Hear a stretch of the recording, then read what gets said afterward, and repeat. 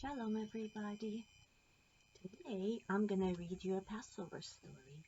So get cozy with your blanket or a pillow or a lovey and let's begin.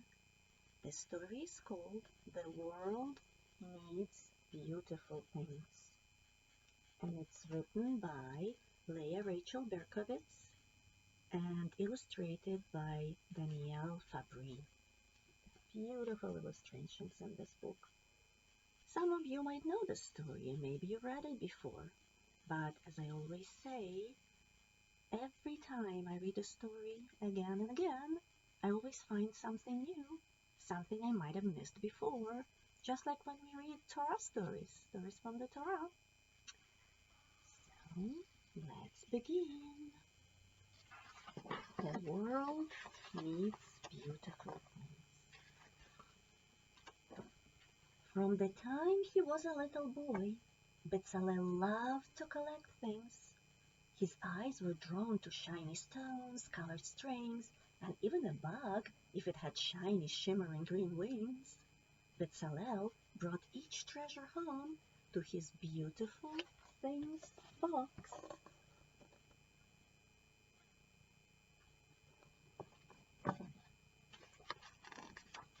Bezalel and the rest of the Israelites were slaves in Egypt. The taskmasters grew angry when Bezalel dropped bricks into the mud to pick up a scaly piece of skin shed by a snake. "Stop that," his friends shouted. "You'll get us in trouble. Besides, you don't need all those stones, strings, and bug wings." Bezalel just smiled. Each of these things is beautiful in its own way, and the world needs beautiful things.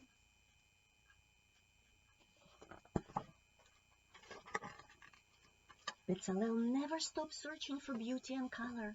When his life felt gray, he took out his beautiful things box. He pressed smooth stones to his cheek and wrapped colorful strings around his fingers, forgetting for a moment that he was a slave.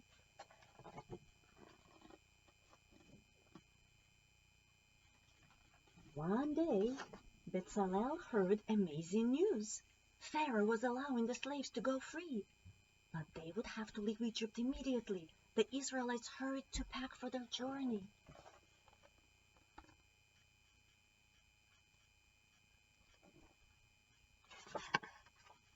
Bezalel's parents begged him to leave the beautiful things box behind. "We can only take what we can carry," said his father. "And what we absolutely need," said his mother. "You don't need all those stones, strings, and bug wings." But Bezalel insisted. Each of these things is beautiful in its own way, and the world needs beautiful things. Bezalel took his beautiful things box and walked with the Israelites to freedom.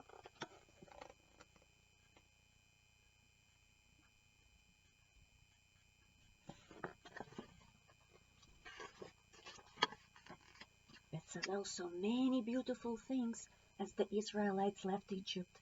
The bright full moon lighting their path.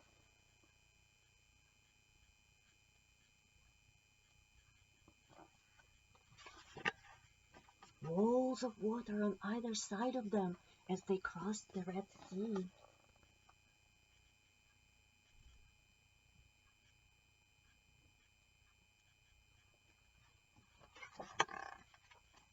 Pillars of fire and cloud that guided them on their journey. These things were too big for the beautiful things box, so Bezalel tried to collect them in his mind. He also found many things that he could put in his beautiful things box. "Stop grabbing things out of the sand," moaned his parents. "You don't need more stone strings or bug wings." But Bezalel gripped his beautiful things box and kept walking.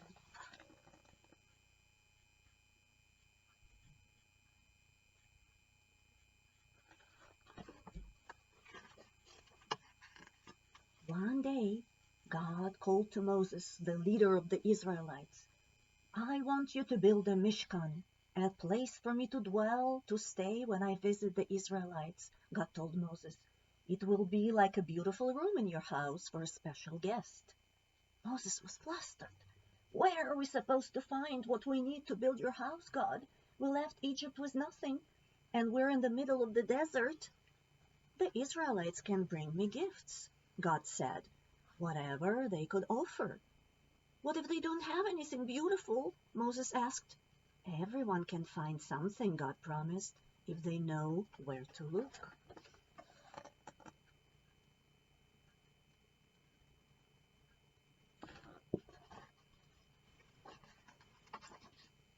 The Israelites surrounded Moses as he came down the mountain. What does God want? They asked. God wants us to build a house out of beautiful things, said Moses. There was silence. How could they build a house for God with only what they had carried out of Egypt? God suggested string. Does anybody have string to help us get started? Asked Moses doubtfully.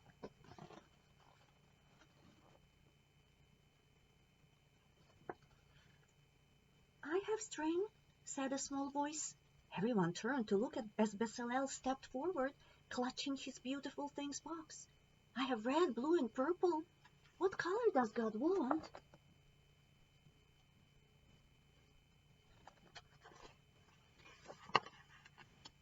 The Israelites' mouths hung open as Bezalel spread his treasures on the ground. I remember seeing trees with white flowers on the other side of the mountain, Bezalel added. Their trunks might be good for building. I saw twisty olive trees, too.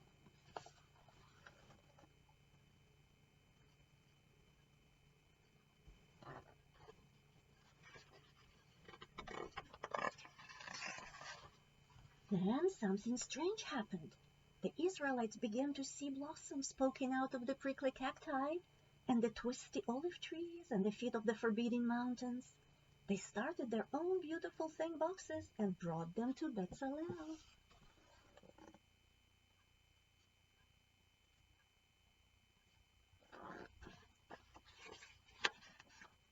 Moses ran to tell God, "You were right. We found many beautiful things." God looked at Bezalel, who was arranging stones by color and shape.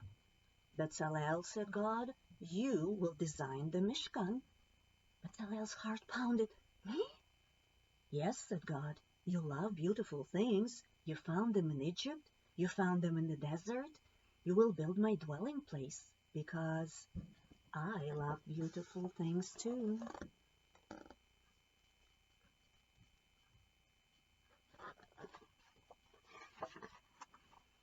So Bezalel described the beautiful images he saw in his mind, and together he and the other Israelites sketched his plans in the sand. Then they started building with the materials they'd collected: wood from the desert trees, animal skins dyed bright colors, and bits of metal from rings and belt buckles.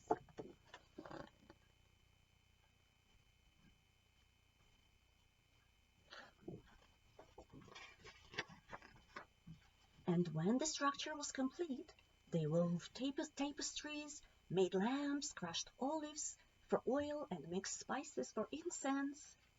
Bezalel smiled at the finished Mishkan. "This is the biggest beautiful things box ever," he said. "Now every time God visits, there will be a beautiful place for God to stay."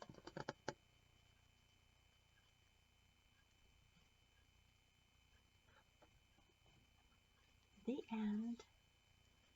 I hope you like the story, guys. I also hope you like the beautiful lesson it teaches us, the beautiful message it gives us. The world needs beautiful things, and there are so many beautiful things all around us. If you look in the mirror, your face is beautiful. If you look at your family's faces, at your friends' faces, they are beautiful. There are beautiful things all around you at your home, all around outside in nature. You just need to look and open your heart and mind and your eyes. I know that we cannot go outside on adventures right now, but you can still start collecting the beautiful things. Some of them may be in your mind, just like Bezalel did when he was walking in the desert. Oh, and you can start your beautiful things box collection as well. You can do a little project. Get the shoebox, or any other box, and you can decorate it, and you can start collecting little things that you think are beautiful in it. And you can continue your collection, and when the box is full, maybe you can make something out of all these beautiful pieces from the box. Thank you for listening to the story. I'll see you again soon. Bye. להתראות. Shalom.